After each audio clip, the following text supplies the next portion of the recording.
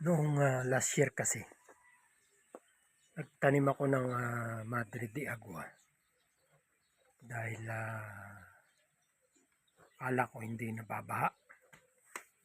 Pero yung pagtatanim ko, hindi naman sabay-sabay na itinanim, kundi yung pag may time lang. Ngayon, yung sa mga naitanim ko, halos nasa mga 60% ang nabubuhay. Ngayon, ang gusto ko sa pag nagtanim uli, gusto ko yung buhay na lahat para sakaling mapakinabangan ng maaga. Ngayon may mga nababasa ako na yung pagpapaugat. Kaya sinubukan kong sa online, mag-order sa online. Ngayon may dumating kahapon. Kahapon ba no, isang araw. Ito. Yan. Oh. Ewan kung nababasa niyo. Rooting powder. Yan ang in-order ko. Tapos kanina kumuha ako ng pantanim. Yung Madre de Agua. Nakakuha ko ng 13. 13 yung nakuha siyang itinanim ko. Ngayon, ang problema yung lalagyan ng ng lupa. Wala namang problema sa sa lupa kasi may mga naman may mga dumi naman ng yung dumi ng manok ito. At saka yung dumi ng ng baboy. Yan, dumi ng baboy. Kasi nung nakaraan nga narito yung baboy, kaya may naipon akong dumi. Yung baboy, nilagay ko na dun sa ibaba. Rooting powder yung ginamit ko. Ito.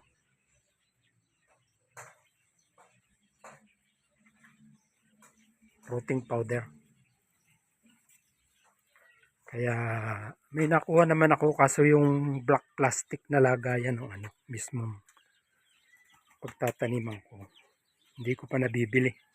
Kaya ang binili ko yung binili ko. Yung mga plastic na gamit dito sa bahay, yung mga pinagsisidlang kung ano-ano. Ito, dito ko nilagay sa likod. Ayan o. Pakita ko sa inyo. Yan. Yan ang ginawa ko. Sari-saring plastic yan. May plastic ng tinapay, plastic ng yung mga toyo suka na yan. Yung spaghetti, yan. 17 yan. Susubukan ko kung aprobado nga yung root powder na yan. Yan, yan sa likod. Kasi dati nung una, doon ako nagtanim doon. Yung sa likod ng piggery na yan nila, mga pamangkin ko yan. Marami ng baboy ngayon. Kaya dito naman. Subukan ko yung yung 13. Sabi nila within 2 weeks daw, magkakameron na siya ng ugat. O kaya magkakameron na siya ng dahon. Kaya susubukan ko na magtanim. Ito ay 50 grams. 50 grams. Mayroong ibang brand ng ng rooting powder. Ngayon ito yung ko, medyo mura-mura ng konti. Kasi medyo matataas na kasi yung doon yung Madre de Agua doon. Kaya binabawasan ko. Kailangang magtanim ng magtanim dahil ayan may mga sisiw na naman diyang napisa. Bali 18 na yata yan. 18 yan. Kailangan meron kang pang ayuda. Hindi naman po pwede yung lagi na lang pigs. Maganda sana kung hindi binaha marami nang makukuha na ng damo. Ngayon, wala. Bihira akong makapag ng damo. Makapaghalo sa pigs. Kaya solid na pigs na yung pinapakain ko. Yan ang mahalaga. Kaya kung kayo meron din lang malaki-laking area at gusto nyong hayupan, magtanim kayo ng Madre de Agua. Madre de Agua at saka yung Napier. Yung Napier, medyo mahina yung Napier. Kasi nga nabulok din.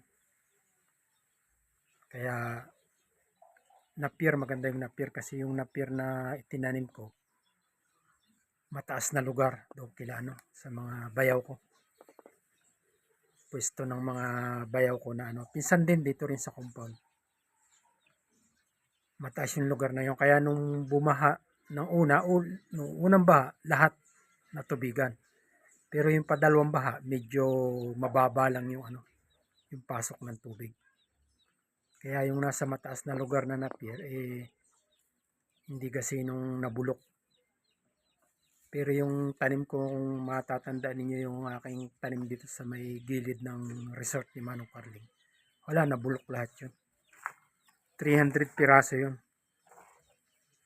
Ngayon, ayun, malinis na kasi pinasukan na ng manok. Wala nang tumubong damo. Manok na yung pinasok ko dun. Pero kung yun ay nabuhay, yung 300 na yun, malaking bagay yun, 300 na piraso. Bali, napakinabangan ko naman yung Napier na yun. Matagal-tagal din, siguro may 1 taon din. Tapos pumasok nga yung tubig, yung baha. Kaya ayun. Nabulok. Subukan ko nga yung root powder na yan. Yan. Mga yan, luyang dilaw, tsaka yung luyang ordinary. Yung mga tanim-tanim din dyan. Sana maging maganda yung 2 weeks daw bago makita yung ugat Siguro pag umugat na ibig sabihin may dahon siya. O di 2 weeks lang. Pero yung na papanood ko, paugat sila, paugat. Kaya obserbahan ko 2 weeks. Okay. Obserbahan natin. At i-update ko kayo sa susunod pagka yung okay na yung yung ugat na yun. Napier. Napier. Madre de Agua ang aking itinanim. Rooting powder. Ayan Okay, share lang po, comment, subscribe at hit the notification bell para updated kayo sa mga susunod pang videos ni Kapise. Hanggang sa muli, bye-bye!